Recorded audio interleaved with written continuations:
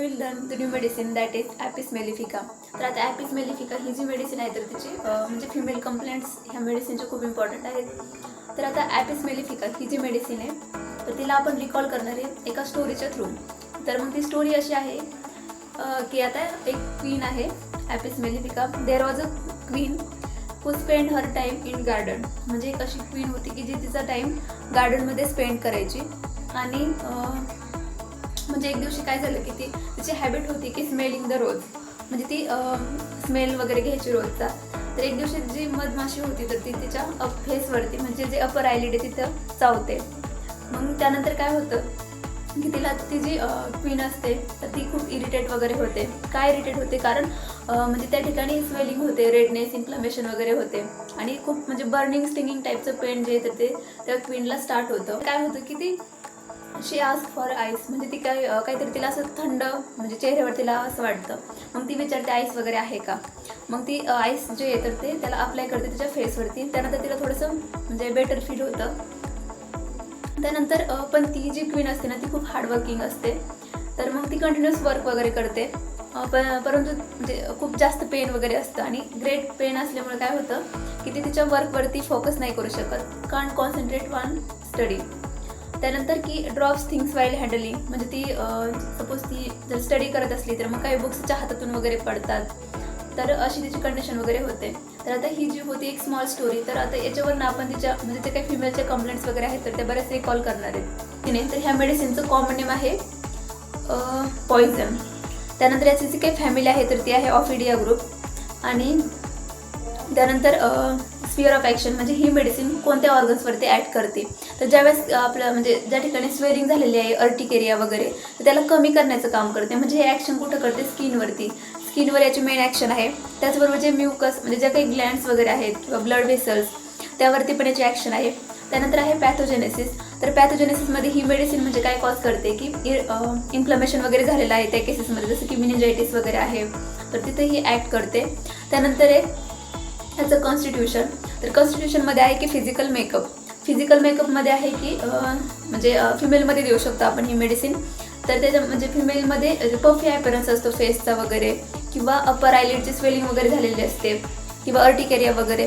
त्यानंतर माहेज जे टेम्परामेंट आहे ते इरिटेबल असतं आणि माहेजम आहे सोरा. त्यानंतर आहे relation with heat and cold. तर म्हणजे ही जी काही फिमेल आहे तर ती असते हॉट पेशंट, म्हणजे तिला कोल्ड थिंगने बरं वाटतं. कोल्ड थिंगचं तिला ॲम्ब्रोरेशन वगैरे आहे. त्याच्यानंतर आहे त्याचे गायडिंग सिम्टम. तर आता गायडिंग सिम्टममध्ये जो फर्स्ट सिम्टम आहे की ही जी मेडिसिन आहे तर ती राईट साईडेड आहे.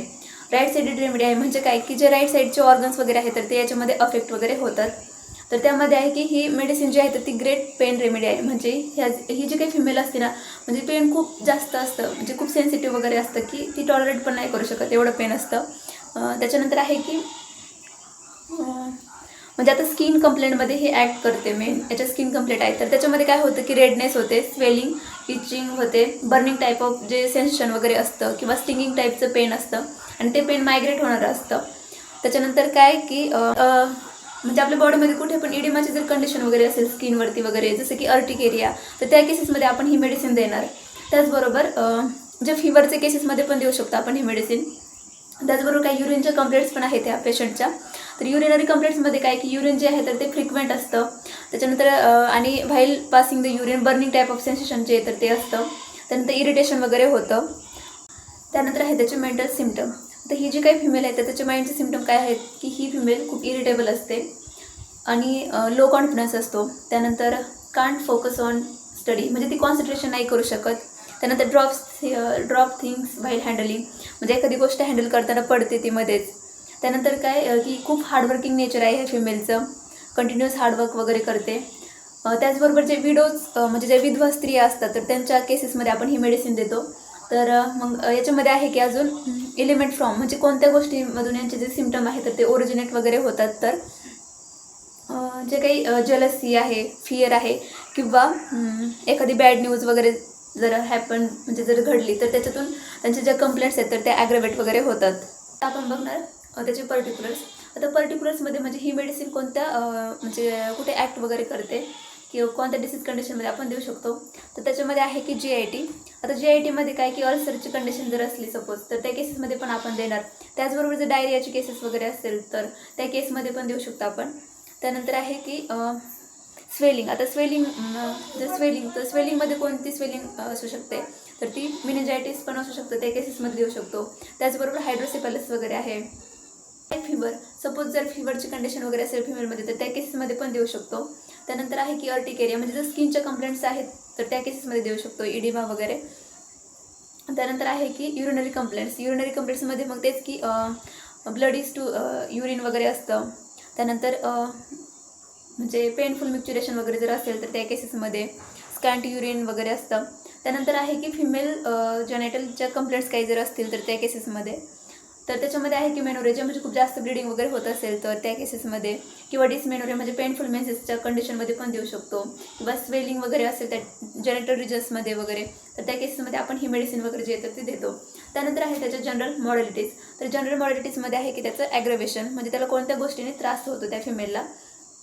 तर तिला म्हणजे जे हॉट रूम वगैरे आहे किंवा हॉट थिंगने तिला त्रास होतो, आणि प्रेशरने, त्याचबरोबर टचने पण, म्हणजे ती सेन्सिटिव्ह टू टच आहे त्याच्यामुळे टचने पण तिला त्रास होतो. त्यानंतर आहे ॲम्युलरेशन, म्हणजे तिला कोणत्या गोष्टीने बरं वाटतं. तर त्यामध्ये आहे की तिला कोल्ड थिंग अप्लाय केल्याने बरं वाटतं, म्हणजे कोल्ड थिंगसाठी म्हणजे डिझायर आहे तिची. त्यानंतर तिला कोल्ड रूममध्ये बरं वाटतं. त्याचबरोबर वॉकिंगने, सिटिंगने तिला बरं वाटतं, आणि अनकव्हरिंगने पण तिला रिलीफ भेटतो. Thank you for watching this video.